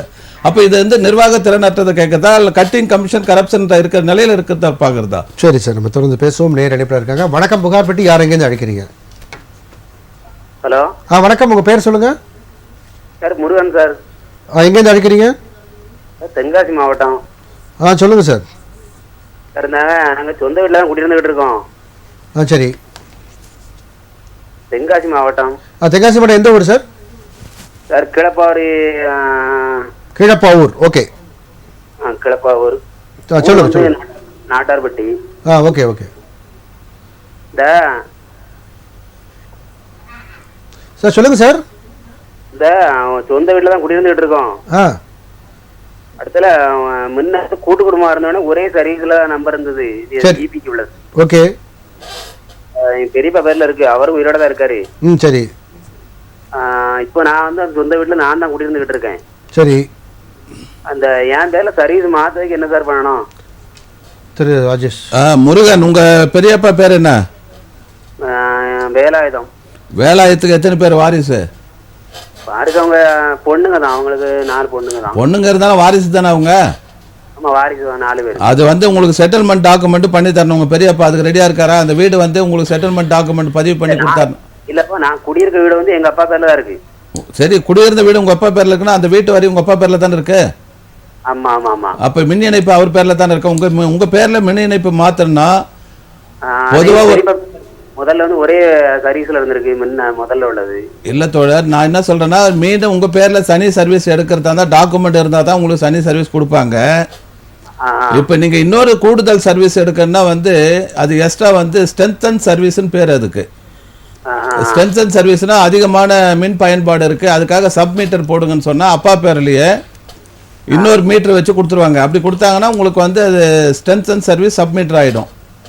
சப் மீட்டர்னா ரேட் கொடுங்களா சார்? எங்களுக்கு வந்து வீட்டு சார்ஜ் தான், வீடு மட்டும் தான். அதான் சாமி நானும் சொல்றேன். வீட்டுக்காக சப் மீட்டர்னா ஏற்கனவே அப்பா பேர்ல ஒரு மீட்டர் ரீடிங் எடுக்கிறாங்கல்ல, அதே மாதிரி இன்னொரு மீட்டர் ரீடிங் எடுக்கிறதுக்கு போட்டுருவாங்க. அது உங்க ரூம்ல நீங்க போட்டுங்க, நீங்க குடியிருக்கிற பகுதிக்கு. அப்போ வந்து உங்களுக்கு வந்து உங்களுடைய பிரச்சனை என்னன்னா ரீடிங் அதிகமா போகுது, கட்டணம் அதிகமா போகுதுன்றதுக்காக தான் நீங்க பிரிச்சு தனியா எடுக்கணும்ன்றீங்க. இல்ல இப்ப அந்த வீட்டை இவங்க தான் பொசிஷன்ல இருக்காரு, இவர் தான் இருக்காரு. இருந்தாலும் டாக்குமெண்ட் இருந்தா தான் முடியும். அவங்க அப்பா செட்டில்மெண்ட் டாக்குமெண்ட் கொடுத்தாருன்னா இவர் வந்து இவர் பேர்ல மாத்தலாம். எங்க அப்பா உயிரோட இல்ல. உயிரோட இல்லைன்னா நீங்க உங்க வாரிசுதாரர் இருக்காங்கல்ல, சிஸ்டர்லாம் இருக்காங்கல்ல, அவங்களாண்ட ஒரு என்ஓசி வாங்க, 100 ரூபாய் ஸ்டாம்ப் பேப்பர்ல இது மாதிரி எங்க அப்பா பேர்ல இருக்க மின் இணைப்பு எல்லாம் வந்து என் தம்பி பேர்ல மாத்திக்க, அண்ணன் பேர்ல மாத்தது எங்களுக்கு எந்த தடையின்மையும் இல்லை, அதனால மாத்தி கொடுங்கன்னு சொல்லிட்டு ஒரு அப்ஜெக்ஷன் லெட்டர் நோட்டரி பப்ளிக்கோட வாங்கி அது கூட வந்து உங்க அப்பாவுடைய டெத் சர்டிஃபிகேட் லீகல் எல்லாம் வச்சு கொடுங்க. அப்போ மாத்துறதுக்கு வாய்ப்புகள் இருக்கு. சரி சார், நன்றி சார். நன்றி சார். இல்லை அதாவது சார் அவங்க பெரியப்பா தான் வந்து அவங்க பேரில் தான் இருந்ததுன்னு சொல்லியிருந்தார் முதல்ல. இவர் எங்கள் அப்பா பேரில் டாக்ஸ் அப்பா இல்லை பெரியப்பா இருக்காங்க. பட் ஆனால் இப்போ அவங்க வந்து இந்த வீட்டில் தனியாக இருக்காங்க. அந்த வீடு இவங்க மட்டும்தான் அந்த வீட்டில் பொசிஷனில் இருக்காரு. அவங்கெல்லாம் காலி பண்ணி போயிட்டாங்க, இல்லை வேறு இடத்துக்கு போயிட்டாங்கன்னு நினைக்கிறேன். இப்போ பேர் அவங்க பேர்ல இருக்கிறது நான் இருக்கேன், என் பேர்ல மாற்ற முடியுமான்னு கேட்டேன். டாக்குமெண்ட்டே இல்லை, அதனால வந்து இவர் பண்ண முடியாது, அது இவர் பேர்ல பண்றதுக்கு வாய்ப்பே இல்லை. பெரியப்பா வந்து வாரிசு இருக்காங்கல்ல, அந்த வாரிசு எல்லாம் அப்ஜெக்ஷன் பண்ணுவாங்க. நாளைக்கு சர்வீஸ் கொடுத்தாருன்னா இபி யார் கொடுக்குறோன்னா அந்த ஏஐல இருந்து எல்லாமே கஷ்டப்படணும். அது மாதிரி கொடுக்கறதுக்கு வாய்ப்பு கிடையாது. அது வந்து சர்வீஸ் ஸ்ட்ரென்த் அண்ட் சர்வீஸ்னு ஒன்று இருக்கு, ஒரு கிளாஸ் இருக்கு. அதில் போட்டோம்னா என்னன்னா 1 மீட்டருக்கு 2 மீட்டர் ரேடிங் வரும். அப்போ கம்மியாகும். இந்த 100 மீட்டர் வருது இல்லைங்களா பை மந்த்து, அதில் கம்மியாக வரப்போ இவருக்கு ரேடிங் கம்மியாக போகும். கண்டிப்பாக சார். நான் இந்த சாலைகள் பற்றி நான் அவங்க பேசிகிட்டு இருக்கும்போது இப்போ நம்மளே வண்டியில் போகும்போது பார்க்க முடியுது, எங்கேயாவது இடத்துல பள்ளம் இருந்தால் அந்த சென்டரில் ஒரு சிமெண்ட் மாதிரி ஏதோ கரைச்சி ஊற்றுறாங்க, காங்கிரீட் மாதிரி. ஆனால் அதுக்கப்புறம் பார்த்தா அதிலே வண்டி போய் அது ஒரு தடம் ஏற்படுத்தி வச்சுருக்கு. அதுக்குள்ளே நம்ம வண்டி ஓட்டும்போது அப்படி ஸ்கிட்டாகி கீழே விழக்கூடிய சூழல் தான் வருது. இந்த மாதிரி நிறைய இடங்களில் இப்போ அந்த பேட்ச் ஒர்க் மாதிரி பண்ணிகிட்டு இருக்காங்க ரோட்டில். அது வந்து அது என்னென்ன இருக்கிற இடத்த இன்னும் அதிகப்படுத்துகிற ஆபத்தாக தான் மாற்றுது. அதை பற்றி உங்களுடைய பார்வையில் சார்? இல்லை, தொடர்ச்சியாக நம்ம மாநகரங்கள் மட்டும் இல்லை, எல்லா இடங்களையும் இந்த பிரச்சனைகள் இருக்குது. அதிகமான மழை பொழிவு வரும்போதெல்லாம் அந்த பிரச்சனைகள் வருது. ஒட்டுமொத்தமாக சாலைகளையும் மாற்ற முடியாது. ஏற்கனவே சிமெண்ட் சாலைகளாக இருந்ததை மாற்றிருக்கிறாங்க. இந்த மாதிரி நீங்கள் சொல்லக்கூடிய அந்த தார் சாலைகளில் ஏற்கனவே அமைச்சரே சொல்கிறாரு, மழை வந்தால் அப்படி தான் ஆகும் அப்படிங்கிற மாதிரி. வந்து அப்படி ஆகும்னா அதற்கான வந்து நான் என்ன சொல்கிறேன், தொடர்ச்சியாக ரோடுங்கிறது போடுறதுக்கான கான்ட்ராக்டர்கள் மேலே தான் இருக்கான தனிப்பட்ட முறையில் ஏதாவது நம்ம நடவடிக்கை எடுக்க முடியும். இன்னொன்று, ஒவ்வொரு முறையும் நீங்கள் சொல்கிற அந்த பேட்ச் ஒர்க்கை செய்கிறதுனால அந்தந்த நேரத்தில் தான் ஒரு தற்காலிகம். கண்டிப்பாக அடுத்த மழை வரும்போது அது மறுபடியும் கரைஞ்சிருது. பேசலாம் சார், இதை பற்றி நம்ம நேயர் இணைப்பில் இருக்காங்க. வணக்கம், புகார்பட்டி. யார் எங்கேருந்து அழைக்கிறீங்க? ஐயா, என் பேர் ரகுமான். ரகுமான் சார், எங்கேருந்து அழைக்கிறீங்க? நான் வடகரையிலிருந்து பேசுகிறேன், தென்காசி மாவட்டம். வடகரை, சொல்லுங்கள் சார். என் வீட்டு முன் பூரியத்து வந்து ஒரு ஆளுக்கு வந்து 15 சென்ட் இடம் இருந்திருக்கு. சரி. அவரு 8 சென்ட முதல்ல வித்துட்டாரு. ஓகே. ரெண்டாவது 7 சென்ட தங்கச்சிக்கு 3 சென்டும் அண்ணனுக்கு ஒரு 4 சென்டுமா பிரிஞ்சுட்டு. சரி. நான் அண்ணன்கிட்ட இருந்து 3.5 சென்ட் இடத்த நான் வாங்கினேன். சரி சார். முதல்ல முன்னால 8 சென்ட் வித்தவர் என்ன பண்ணிட்டாருன்னா 2 பேருக்கு 4 சென்டா கொடுத்துட்டாரு. சரி சார். இந்த ஒரு ஆளுக்கு 4 சென்ட் வாங்கினவர் வந்து அரை சென்ட் இடத்த நான் வாங்கினவருக்கு 1/2 சென்ட் இடத்த நான் வாங்கி 1 மாசம் கழிச்சு வாங்கிட்டாரு. சரி. இந்த எனக்குள்ள 3 சென்ட்டுக்கு வந்து முதல்ல வந்து அண்ணனுக்கும் தங்கச்சிக்கும் அந்த பாகத்து மீது கோர்ட் மூலியமா தான், டிகிரி மூலியமா தான் அவங்களுக்கு வந்து அந்த இடத்த பிரிச்சு கொடுத்துருக்காங்க. சரி. இப்ப என்ன, ரொம்ப லென்த்தா போக வேணாம், இப்ப என்ன பிரச்சனைன்னு சொல்லுங்க. அந்த இடத்துக்கு வந்து சார் பட்டா வந்து மொத்தத்துல இந்த ஏன் இடத்துக்கும் சேர்த்து அவங்க அந்த 2 சென்ட் வாங்கினவரு பேர்ல 8 சென்ட் பேர்ல 2 பேருக்கு 2 சென்ட் ஆயிட்டு. அது மொத்தமா பார்த்தா பட்டா வாங்கியிருக்காங்களா? இல்ல, அந்த கேஸ் நடக்கும்போது இவரியார் பட்டா போட்டு அந்த 8 சென்ட் இடத்துக்கு 4 சென்டா போட்டு கொடுத்தாங்க. அதை வந்து இப்போ உங்க பேர்ல உள்ள 3.5 சென்ட்டுக்கு நீங்க தனியா பட்டா கேக்குறீங்க, கரெக்டுங்களா? பட்டா கேட்டா பட்டா வரமாட்டேங்க. அது அந்த 1/2 சென்ட் வாங்கினவர் என்ன பண்ணிட்டாரு அப்படின்ட்டா அந்த 2 சென்ட்டுக்கு சேர்த்து கிரையம் போட்டு அது மாதிரி விதிச்சு போயிட்டாரு. தாமதப்படுத்தாம ஒரு சிவில் வழக்கு போட்டுருங்க. ஏன்னா கோர்ட் உத்தரவுப்படி தான் உங்களுக்கு ஏற்கனவே பாக பிரிவினை பண்ணிருக்காங்க, சரிங்களா? அதனால சிவில் கேஸ் போட்டு உங்களுடைய 3.5 சென்ட்டுக்கு தனிப்பட்ட முறையில பட்டா வேணும்னு அப்ளை பண்ணுங்க. அந்த 4 சென்ட்டுக்கு அவங்க 4 நாளா பிரிச்சிருக்காங்க இல்லையா, அந்த அந்த அந்த பட்டாவை யூடிஆரை கேன்சல் பண்ணிட்டு உங்களுக்கு பட்டா வாங்குறது பாருங்க.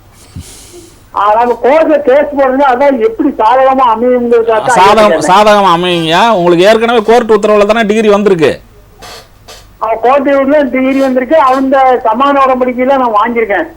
இன்னொரு விஷயம் என்னன்னா, உங்களுடைய மாவட்டத்தில் இருக்கக்கூடிய மாவட்ட நீதிமன்றத்தில் இதற்கான உங்களுக்கு அங்க தனியா சட்ட உதவி மையம் இருக்கு. அதுல ஒரு மனுவா கொடுங்க, எல்லாரையும் கூப்பிட்டு விசாரிப்பாங்க. சரி. அதாங்க கோர்ட் கேஸ்ல தான் டிகிரி வந்துருச்சுன்னு சொன்னீங்க இல்லையா? முதல்ல அவங்க டிகிரி நான் வாங்கி எனக்கு கோர்ட்ல கேஸ் நடந்துருக்கு. அந்த எனக்கு ஒண்ணு இல்ல, உங்க சிவில் வழக்கு நடக்கிறதுல நீங்க மீடியேஷன் கேட்பாங்க. மக்கள் நீதிமன்றத்துக்கு கேட்டு வாங்கி உங்க எல்லா தரப்புலையும் கூப்பிட்டு விசாரிச்சு பண்ணி பழைய பட்டாவை கேன்சல் பண்ணி புது பட்டா வாங்குறதுக்கானது பாரு, சரிங்களா? நன்றி. கிடைக்கும், உங்களுக்கு கிடைக்கும். நன்றி. உங்களுக்கு உள்ள பகுதிக்கு கண்டிப்பா கிடைக்கும். நன்றி. நன்றி. நான் வந்து வாங்கி 23 வருஷம் ஆச்சு. அதுதாங்க உங்களுடைய பத்திரத்தின் அடிப்படையில் உங்களுக்கு கிடைக்கும். நன்றி. நன்றி. நன்றி. ரொம்ப சந்தோஷம். அடுத்ததுக்கு நன்றி சார். பேசிட்டு தான் சாலைகள் மட்டும் இல்ல, ஒட்டுமொத்தமாவே எல்லா பிரச்சனைகளும் வரும்போது இப்போ திட்டங்கள் நிறைவேறல அது சொல்லிட்டு இருக்கோம். இன்னொரு செய்தி, நீங்க சொல்ற மாதிரி பேட்ச் ஒர்க்குக்கெல்லாம் நம்ம என்ன போய் ஒவ்வொரு தடவையும் ஏற்கனவே விபத்துகள் அதிகமா இருக்கு. ஹெல்மெட் போடலன்னு வழக்குகள் போடுறாங்க. ஆனா பாதையில் நம்ம ரோடு சரியில்லைன்னு தான் சொல்றாங்க. வெளிநாட்டு கார்கள், சொகுசு கார்கள் இறக்கும் போது கூட சொல்லக்கூடிய செய்தி என்னன்னா, அந்த காருக்கான சாலைகள் இங்கே கிடையாது, தார் சாலைகள் கிடையாது அப்படிங்கிறது தான் சொல்கிறாங்க. இது நிதி ஆதாரங்களுக்காக பார்த்தீங்கன்னா தொடர்ச்சியாக வந்து மக்கள் பணிகளுக்காக இல்லாத இருக்குது. சிமெண்ட் சாலைகள் இருக்கக்கூடிய அந்த ஆயுள் காலம் கூட தார் சாலைகளுக்கு இல்லை. புரியுது சார். சரி, தொடர்ந்து பேசலாம் சார். இப்போது சாலைகள் வந்து போடப்படுதுன்னா அதோட தரம் இவ்வளவு இருக்கணும், கண்டிப்பாக ரேஷியோஸ் இருக்குது. அந்த மெஷர்ஸ்லாம் வந்து இது கரெக்டாக செய்கிறாங்களான்றதை கண்காணிக்கிறது யார் சார்? அங்கீகரிக்கப்பட்ட கான்ட்ராக்டர்ஸ் இருக்காங்க, ஒப்பந்ததாரர்கள். அந்த ஒப்பந்ததாரர்கள் அரசாங்கத்தினுடைய நாம்ஸ் இருக்குது. இந்தந்த தகுதியின் அடிப்படையில் தான் அவங்க பதிவு பண்ணுறாங்க. அது வந்து ஊராட்சி ஒன்றியத்திலேருந்து, நகராட்சியிலேருந்து, பேரூராட்சியிலேருந்து, மாநகராட்சி வரைக்கும். இது மாதிரி இந்த டெண்டர் கால்ஃபர் பண்ணுறதுக்கு அனுமதிக்கக்கூடிய இந்த கான்ட்ராக்டர்ஸ் ஒப்பந்ததாரர்கள் அரசனுடைய நாம்ஸை பற்றி எல்லாமே கொடுத்து அதுக்கான தேவணை தொகையெல்லாம் கட்டி தான் எடுக்கிறாங்க. அப்போ எடுக்கிறப்ப வந்து 10 லட்சம் ரூபாய்க்கு ஒரு திருவாளர் வந்து ஒரு கான்ட்ராக்டர் எடுக்கிறாருன்னு வச்சுங்களேன். அந்த கான்ட்ராக்டர் வந்து அங்கே செய்கிறப்ப வந்து ஒரு 5 லட்சத்துக்கான பணி இருக்குன்னு பார்த்தா இருக்காது. அவர் டெண்டர் எடுக்கிறதுக்கு முன்னாடியே புள்ளி விவரங்கள், இவங்களுக்கு இவ்வளோ சதவீதம், அவங்களுக்கு அவ்வளோ சதவீதம்னு சொல்லிட்டு புள்ளி விவரங்களை அவங்க கொடுத்துட்டு அதன் பிறகு தான் இவர் வருது. உள்ளாத பேர் சொல்ல விரும்பல, ஒரு ஒப்பந்ததாரர் என்னென்ன புகாரிட்டார், நாங்கள் வந்து ஒரு RTI போட்டோம், இது வந்து 30 லட்சம் ரூபாய் சாலன்னு சொல்கிறீங்க, 30 லட்சம் ரூபாய்க்கு என்னென்ன பண்ணீங்க, ஒர்க்கு மெஷர்மெண்ட் புக்கு கொடுங்க, அதில் எடுத்து அதன் பிறகு என்ன மெட்டல் போட்டிங்க, என்ன ஸ்டீல் போட்டிங்க, என்ன சிமெண்ட் போட்டிங்க அப்படின்னு டீட்டெயில்ஸ் எல்லாம் நாங்கள் கேட்குறப்ப அவர் காலில் வந்து விழுந்துட்டார். சரி, கண்டிப்பாக சார் பேசலாம் சார். வணக்கம், புகார்பட்டி. யார் எங்கேருந்து அழைக்கிறீங்க சார்? வணக்கம் சார், நான் திருச்சி மாவட்டம் திருவம்பூர் வட்டம் துவாக்குடி கிராமம் சார். அவங்க பேர் சக்திவேல். சக்திவேல் சார், உங்கள் புகார் சொல்லுங்கள் சார். ஒரு 2 பிளாட் வாங்கினேன். ஒரு 40 பிளாட் போட்ட இடத்துல ஒரு 2 பிளாட் மட்டும் நான் வாங்கினேன். ஓகே. அது வந்து ஒரு 41 வருஷத்துக்கு முன்னாடி ஒரு லேஅவுட் போட்டு வித்துருக்காங்க. சரி. அதுக்கப்புறம் ஒரு 10 வருஷம் கழிச்சு திருப்பி அந்த லேஅவுட்டை வந்து மாத்தி 40 பிளாட் போட்டு வித்துட்டாங்க. அப்ப எல்லாரும் அதுல வாங்கி நிறைய பேர் வீடு கட்டிட்டாங்க. வெறும் பிளாட் இருக்கு, பட்டாவும் வாங்கிட்டேன் நானு. சரி. இப்ப அந்த 41 வருஷத்துக்கு முன்னாடி முதல் லேஅவுட்ல வாங்கினவங்க இப்ப வர்றாங்க. ஓஹோ, சரி, புரியுது. சரி, சொல்லுங்க சார். இப்போ நீங்க வாங்கினதுல அந்த ஏற்கனவே உள்ளவங்க டாக்குமெண்டோட வராங்களா குறிப்பிட்ட அந்த இடத்துல? ஆமா சார், அவங்க டாக்குமெண்டோட வர்றாங்க. இப்ப நீங்க உங்க யாருக்கிட்ட இருந்து வாங்குனீங்களோ இது சம்பந்தமா கேட்டீங்களா? கேட்டேன். இல்ல, அந்த லேஅவுட் செகண்ட் லேஅவுட் வந்து எல்லாமே அந்த லோக்கல்ல உள்ள பீப்புள்ஸ் வந்து அந்த இதுல அந்த ஒரு 40 பிளாட்டிங் நிறைவிட்டு. நீங்க வீடு கட்டிட்டீங்களா? வீடு கட்டல சார், வெறும் பிளாட்டா இருக்கு. பட்டா வாங்கியிருக்கீங்க? பட்டா வாங்கியிருக்கேன் சார். நீங்க முதல்ல ஒரு வழக்கு போடுங்க, ஒரு சிவில் வழக்கு போட்டு உங்களுக்கு வேற யாராலையும் டிஸ்டர்பன்ஸ் வரக்கூடாதுன்னு ஒரு வழக்கு போடுங்க. ஏன்னா ஏற்கனவே அவர் வாங்கியிருக்கிறவருக்கு அது உரிமையான இடமா ஆயிடும். சரிங்களா? ஏன்னா முதல் டாக்குமெண்ட் தான் செல்லுங்கிற அடிப்படையில் அந்த இடம் அவங்களதா இருந்துச்சுன்னா நீங்க அவங்களுக்கான பதில் சொல்ல வேண்டியிருக்கும். இதுக்கு இடையில நீங்க சிவில் வழக்கு போட்டுட்டு யாருக்கிட்ட இருந்து இந்த இடத்த வாங்கினீங்களோ அவங்க கிட்ட இந்த விஷயத்தை கொண்டு போய் ஒன்று அந்த ஏற்கனவே வாங்கினவங்க அவங்க செட்டில் பண்ணணும். இல்லைன்னா உங்க இடத்துக்கானது டபுள் டாக்குமெண்ட்ல நாளைக்கு வேற எந்த இதுவும் இந்த பட்டாவை கேன்சல் பண்ணி அவங்க போறதுக்கு வாய்ப்பு இருக்கு. சரிங்களா? அதனால முன்னெச்சரிக்கை நீங்க ஒரு வழக்கு போடுங்க, ஒரு கேவியட்டாவது போட்டு வைங்க. சரிங்களா? Okay sir. உடனடியாக ஒரு வழக்கறிஞரை பார்த்து ஒரு வழக்கு போட்டு வைங்க. Okay sir. Okay sir. Okay, thank you sir. நன்றி சார், அழைத்ததுக்கு நன்றி சார். நம்ம பேசியிருந்தோம் இப்போ வந்து இருக்குன்னு சொல்றாங்க. ஆனா இந்த கான்ட்ராக்டுக்காரங்க வந்து எல்லாமே அரசியல் அழுத்தம் அதிகமா இருக்கு. இப்போ ஒரு பஞ்சாயத்துல ஒரு ஒர்க் எடுக்கிறாரு, ஒரு 5 லட்சம் ரூபாய் ஒர்க் எடுக்கிறனால கூட அதுல வந்து அரசியல் அழுத்தம். அங்க இருக்கக்கூடிய வட்ட செயலாளர், ஒன்றிய செயலாளர், சேர்மன், இவங்க எல்லாமே அவங்கள தாண்டி தான் இவர் வந்து அங்கே ஃபீல்டுக்கு போய் வேலை செய்ய முடியும். அதுவும் இல்லாத அங்கே இருக்கக்கூடிய ஓவர்சீஸ் இன்ஜினியர்ஸ் அவங்களுக்கு எல்லாமே கட்டிங் கரப்ஷன் கொடுத்தா தான் இவருக்கு ஒவ்வொரு பில்லும் வந்து சேங்ஷன் ஆகும். இப்படியெல்லாம் வெளியே பதிவு பண்ண முடியாத ஒரு நிர்பந்தத்தில் இந்த கான்ட்ராக்ட்காரங்க போடுறப்ப அவங்களுடைய போடக்கூடிய சாலைகள் இந்த அளவுக்கு இருக்குது. உதாரணத்துக்கு ஒன்று சொல்கிறேன் சார். அதாவது வந்து சேலம் மாவட்டம் ஓமலூர் வட்டத்தில் வெற்றிலை காரனூர், அது வந்து எந்த இதுனா சங்கீதாப்பட்டின்ற ஒரு பஞ்சாயத்துக்கு உட்பட்டது. அவங்க அந்த கிராமத்துக்கு சாலைக்கு வந்து சேங்ஷன் ஆயிடுச்சு யூனியனில், ஒரு 15 லட்சம் ரூபாய் போட்டாச்சு. இவருக்கு அந்த சாலை போடுறதுக்கு அங்கே இடம் இல்லை, யாருக்கு அந்த பஞ்சாயத்து பிரசிடென்ட்டுக்கு. ஒரு அப்பாவி இருக்க சண்முகன்றவருடைய இடத்தை பிடிச்சி ஏறக்குறைய ஒரு 40-50 அடி அகலத்துக்கும் ஒரு 2 கிலோமீட்டர் நீட்டத்துக்கும் போட்டார். நைட்டா அவங்க வாரிசுதாரர்கள் மறுநாள் போகிறாங்க, தார் ரோடு இருக்குது. இது எப்படி சாத்தியப்படுனா அவங்க அரசியல் அழுத்தம் கொடுத்து அங்கே எம்எல்ஏ ஃபோன் பண்ணுறாரு, எம்பியை ஃபோன் பண்ணுறாரு, இவங்க எதுவுமே பண்ண முடியல. கடைசியில் எங்களுக்கு மக்கள் வழிகாட்டி இயக்கத்துக்கு ஒரு 10 பக்கத்துக்கு கம்ப்ளைண்ட் அனுப்பியிருக்காங்க. ஓகே. இப்போ இந்த மாதிரி வந்து அரசியல் அழுத்தங்கள் இருக்கிறப்ப வந்து கான்ட்ராக்டுக்காரர் உள்ளார்ந்தபடியே டிரான்ஸ்பரன்சியா லஞ்ச லாவண்யம் இல்லாமல் அந்த தரமான சாலையை அமைக்க முடியாது. அவங்க சொல்றாங்க பட்டவர்த்தனமா சொல்றாங்க சார், அமைச்சர் நாளைக்கு மீட்டிங் போட்டிருக்காரு, அதுக்கு வந்து என்னோட 5 லட்சம் ரூபாய் கேட்டிருக்கேன், நான் எதை கொடுக்கறது? என் பாக்கெட்ல இருந்து எடுத்து கொடுக்க முடியாது. ஒரு கவுன்சிலர் கேட்கிறார் சார், சென்னையில இங்க இது நங்கநல்லூர்ல இருக்கிற ஒருத்தர் கேட்கிறாரு. புரியுது சார். நேர் இணைப்புல இருக்காங்க. வணக்கம், புகார்பட்டி, யார் எங்க இருந்து அழைக்கிறீங்க? வணக்கம், நான் திருப்பூர் சுப்பிரமணியம், திருப்பூர் மாவட்டம், திருப்பூர்ல பேசுறேன். சொல்லுங்க, உங்களுடைய புகார் சொல்லுங்க சார். எங்களுடைய புகார் வந்து 1979 எங்க சித்தப்பாவும் எங்க அப்பாவும் ஒரு பாயசம் பண்றாங்க. 1979. அந்த பாயசத்துல வந்துங்க ஒரு பாகம் வந்து நம்மளுக்கு 4 ஏக்கர் டாக்குமெண்ட் இருக்கு. ஓகே, 79 டாக்குமெண்ட்ல 4 ஏக்கர் இருக்குதுங்க. ஆனா பூமி வந்து 3 ஏக்கர் 60 சென்ட் தான் இருக்குதுங்க. யூடிஆர்ல வந்து அந்த சைடு எச் பண்ணிட்டாங்க, நம்மளுக்கு தனியா பண்ணிட்டாங்க. சார், கூடுதல் இடத்துக்கு உங்களுக்கு டாக்குமெண்ட் இருக்குங்களா? டாக்குமெண்ட் 4 ஏக்கர் இருக்குதுங்க. அந்த கூடுதல் இடம் எங்க இருக்குன்னு நீங்க சர்வேல அளந்துருக்கு ஏதாவது மனு செஞ்சிருக்கலாமே. மனு செஞ்சு அதே அடுத்து இதுல இருக்குதுங்க. அடுத்து சித்தப்பா பங்கு இருக்குது. இல்ல, அதாங்க பங்கு பிரிக்கும் போது உங்களுக்கு பாக பிரிவினை பண்ணிருக்கீங்க. உங்களோட இடம் சித்தப்பாவுக்கு போயிருந்தா அதை அளந்து உங்களுடைய பகுதிக்கு சேர்த்துருக்கலாமே.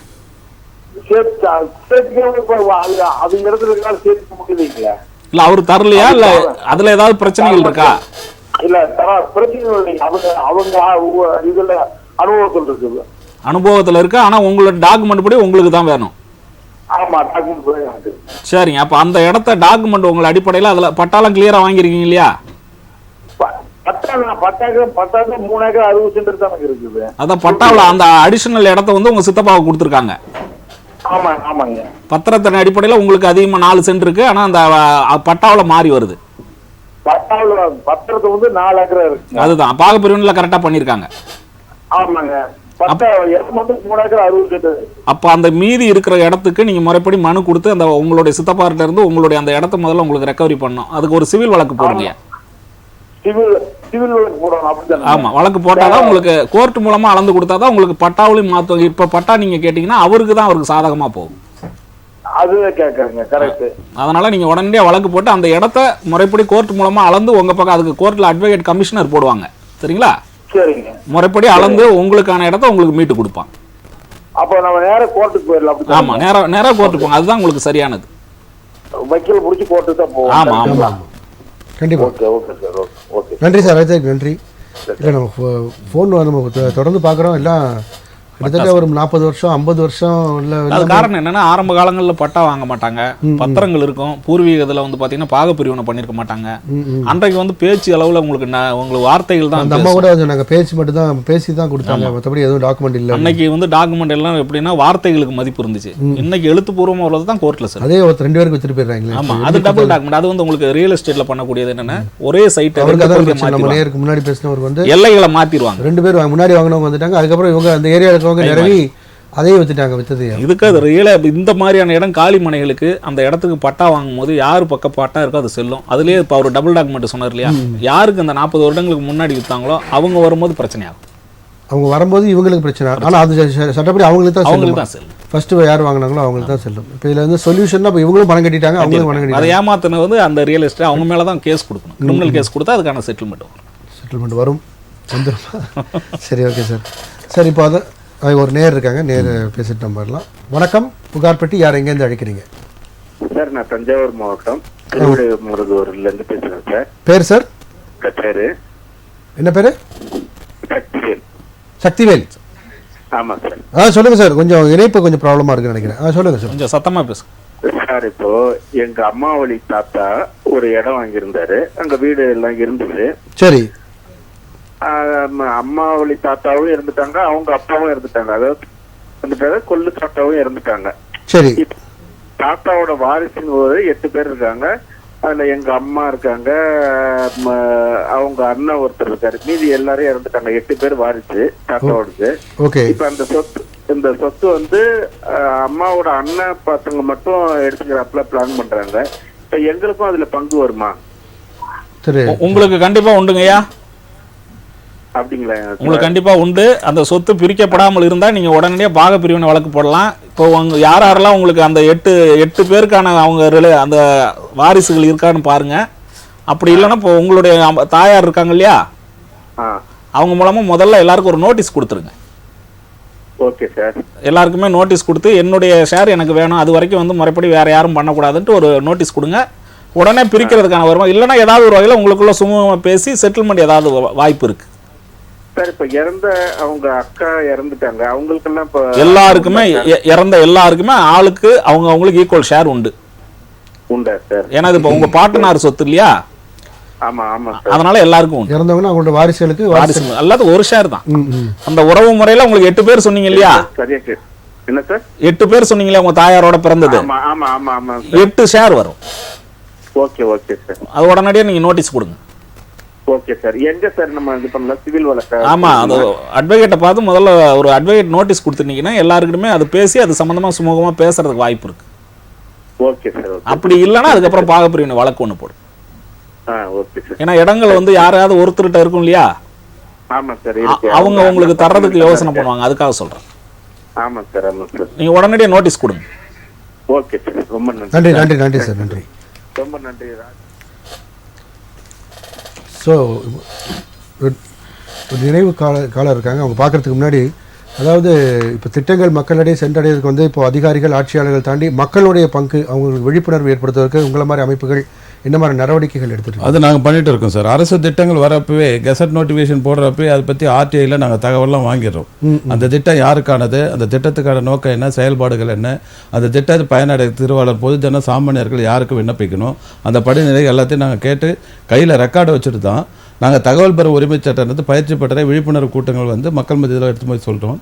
அந்த திட்டத்தை செயல்படுத்துறதுக்கு ஒவ்வொரு திங்கட்கிழமையும் எங்களுடைய தன்னார்வலர்கள் வந்து அங்கே முகாம் போடுறோம் ஒவ்வொரு கலெக்டர் ஆஃபீஸ்லையும். அந்த முகாமில் இப்போ குறை கேட்கும் கூட்டத்துக்கு வரக்கூடிய மக்களுக்கு இலவசமாக மனுக்கள் எழுதி தரோம். திங்கட்கிழமை கூட தோழர்கள் போட ஏறக்குறைய ஒரு 30 பேர் வந்து நாங்கள் ஆர்கனைஸ் பண்ணி ஒரு 180 நான் சொன்ன அந்த 4 கிராமத்தை சேர்ந்த பழங்குடியின இருளர் மக்களுக்கு 180 மனுக்கள் கொடுத்தோம். கண்டிப்பாக சார், கொடுத்து அது பாரு கொண்டுட்டு போகிறோம். இந்த சந்தர்ப்பத்திலேயே நம்ம வந்து இதை பற்றி பேசலாம். நம்ம நிகழ்ச்சியின் நிறைவான காலர். வணக்கம், புகார் பெட்டி, யார் எங்கேருந்து அடிக்கிறீங்க? வணக்கம் சார், விருதுநகர் மாவட்டம் முத்துக்குமாரவேல் சார். முத்துக்குமாரவேல் சார், உங்களுடைய புகாரை சொல்லுங்கள். வேற ஒன்றும் இல்லை சார், அம்மாவோட தாய்மாமனோட சொத்து தான் சார் அப்போ இருக்கிறது. அவங்களுக்கு வந்து வாரிசு யாருமே இல்லை. ஓகே. 2 பேருமே இறந்துட்டாங்க. 2 பேருக்குமே இறுதி சடங்கு வந்து எல்லாம் நான் தான் பண்ணியிருக்கேன்.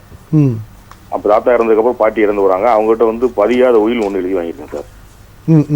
அவங்களால உடம்பு சூழ்நிலை சரியில்லாதனால நான் வந்து நோட்டரி பப்ளிக் அட்வொகேட் வச்சு எழுதி வாங்கிட்டேன். சரி. நம்ம வீட்டுக்கு பக்கத்து வீட்டுக்காரங்க வந்து இன்னொருத்தவங்க அந்த இடம் எங்க இடம்னு சொல்லி நம்ம மேல கேஸ் கொடுத்துருக்காங்க ஆல்ரெடி. சரி. எத்தனை வழக்கு ஓடிக்கிட்டு இருக்கு. இன்னொரு விஷயம் என்னன்னா 1941 நமக்கு வந்து இலவச பட்டா வந்து கவர்மெண்ட்ல இருந்து கொடுத்துருக்காங்க. நத்தம் இடம் வந்து நத்தம். ஓகே. இப்போ நம்ம பட்டா மாற்றி நம்ம எல்லாம் பண்ணலாம் கேஸ் நடந்துட்டு இருக்கு. இப்போ நமக்கு ஆகுமா? அது இப்போ உங்களுடைய அந்த சொன்னீங்க இல்லையா தாய்மாமனுடைய சொத்துன்னு சொன்னீங்க இல்லையா? ஆமா சார் ஆமா சார். அவங்களுக்கு வாரிசுகள் கிடையாது இல்லையா? வாரிசு இல்லை சார். இப்போ நீங்க தான் அந்த இடத்துல இருக்கீங்க. ஆமா, நான் தான், நம்ம கைவசம் தான் இருக்கு சார். அந்த பக்கத்துல இருந்து வந்து அவங்க எந்த அடிப்படையில் கேட்குறாங்க? அவங்க அது அந்த காலத்துல பாட்டி தாத்தா வந்து அவனுக்குள்ள பக்கத்துல வந்து அவங்க வந்து டோபி அவங்க பக்கத்துல புலங்கிக்கோன்னு சொல்லி விட்டுருக்காங்க. ஓ, அப்படி கேக்குறாங்க. ஆமா, அதனால எங்க சொத்து அப்படின்னு இப்ப அவங்களோட வாரிசு எல்லாம் வந்து கேக்குறாங்க. நீங்க வழக்கு ஒண்ணு நடக்குதுன்னு சொன்னீங்களா, அது யார் போட்டது? நீங்க போட்டதா அவங்க போட்டது? நம்ம போடல, அவங்க தான் போட்டிருக்காங்க. அந்த வழக்குல நீங்க சொல்லக்கூடியதை நம்ம முறைப்படி அந்த உயில் வாங்கி எழுதிருக்கீங்க இல்லையா? ஆமா சார். அதை தாக்கல் பண்ணுங்க. இன்னொன்னு இது நத்தமா இருக்கிறதுனால இப்ப நீங்க கலெக்டர் ஆபீஸ்ல வீடு இருக்கு இல்லீங்களா?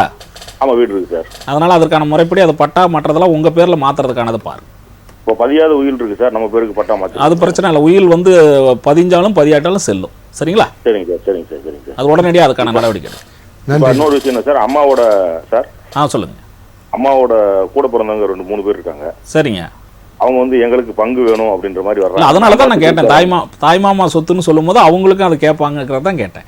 இல்ல அவங்க யாருமே எழுதி வாங்கல, நான் தான் எழுதி வாங்கி. நீங்க எழுதி கொடுத்துருக்கப்படி முறைப்படி உங்களுக்கு அந்த கடைசி இறுதி காரியங்கள்லாம் நீங்க செஞ்சிருக்கீங்க இல்லையா?